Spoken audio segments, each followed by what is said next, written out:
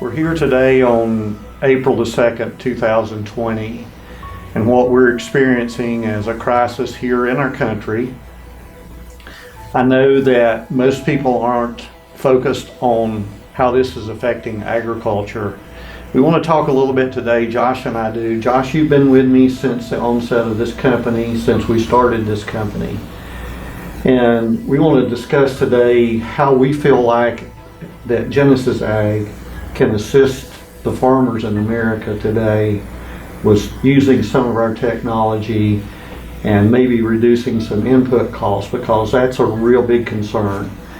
As we look out at agriculture today, I know that the sales of beef are down 25%, dairy's 23%. We're looking at our commodity prices, they're kind of eroding away on a daily basis.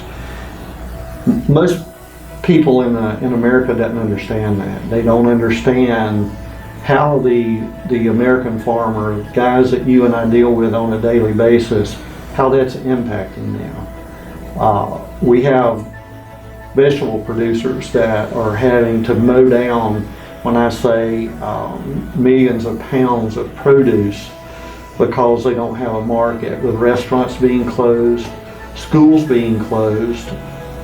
We don't understand how that's or the American people may not understand how that's influencing our business and the people we work with. So we want to discuss today a little bit about how we feel like some of our technologies can impact that. Do you want to kind of maybe address some of the things that you feel like, and working with your guys, that you've been able to convey to them of how we might be able to get through this crisis? So looking at your soil, looking at that's where most of our food comes from.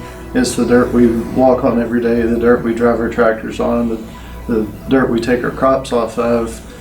We want to focus on trying to get that to really work for the farmer, for the end user, instead of looking at, hey, we just put a seed out there, we fertilize it based on numbers, and then we get a yield off of it.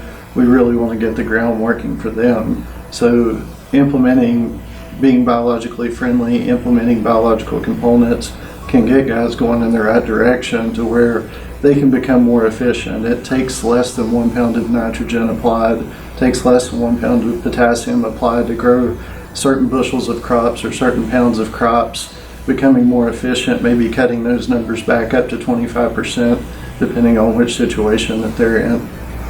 Josh, in some of the testing that we've been able to do on these farms, what are you finding that is actually out there on the guys' farms that have been put on throughout the years, whether that be through manure, animal waste, or whether that be through bought nutrients that the guys have bought and brought to their farms and applied?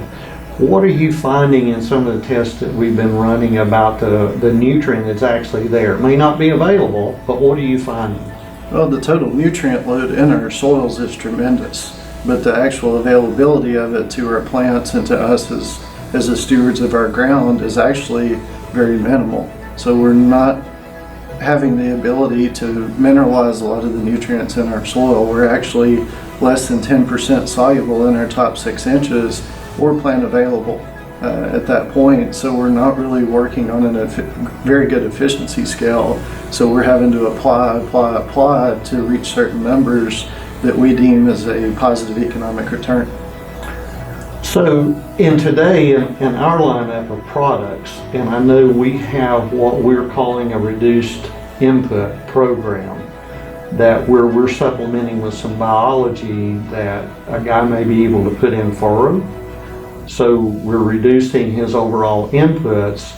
What are some of the products that you feel like that guys in today's economy and with the commodities where they are, what do you feel like some of the key components that they may want to look at that would be available through our company? Well, Revita-N is the first product that comes to mind. It's kind of our best product that we've had since the inception of our company, but it's got the biggest price tag on it, so people have always been hesitant to try it. But where people have tried it, where people have paid attention to it, they start seeing that the differences in their soil, their yields start creeping up year after year. The compaction, the water retention, all that stuff starts improving on its own with just the implementation of the biology. The second product there being Morphos. Phosphorus is one thing that we struggle to get high numbers in our soil. Everybody's looking at anywhere from 5 to 30 parts per million on a soil test, but if you look at the insoluble portion of it, that's less than 10% of the phos that you've got out there. So getting the Morphos, getting a biological component in there that can mineralize phosphorus, making it plant available for us is a tremendous asset. In saying that, implementing a biological program, we need a food source. So Carbose would be the product that would go in tandem with both of those. It's an excellent energy source. It provides different forms of sugar to trigger different biological functions, and also being a generated food source for those products specifically.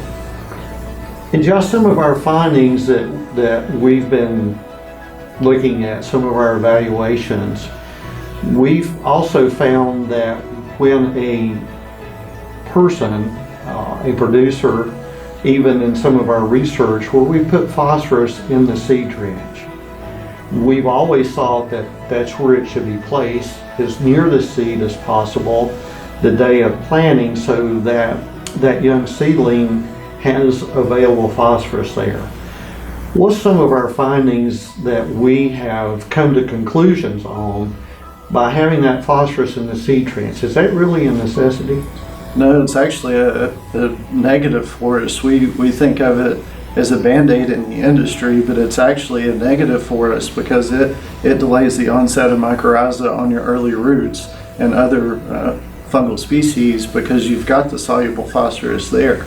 The mycorrhiza specifically doesn't feel the need to colonize on a root where soluble phosphorus is, because that's actually its job. So phosphorus is one thing I would really strongly suggest leading out of a program as far as an in-row pop-up. So it's okay 2x2 if a producer wanted to use it in the 2x2 application, but we're not really encouraging it in that in-furrow. Is that correct? Correct. A 2x2, 3x2, 4x4, anything away from the seed where we can get a biological component to begin to colonize on the roots is the optimal way that we see that things need to be done. Because you and I both struggle with producers that we work with at getting that early phosphorus into that plant. And so this, we're feeling like, or we're finding that this actually helps that plant starts metabolizing, and these biologicals start making that phosphorus readily available to that plant, so we don't get that lag in that tank. Correct.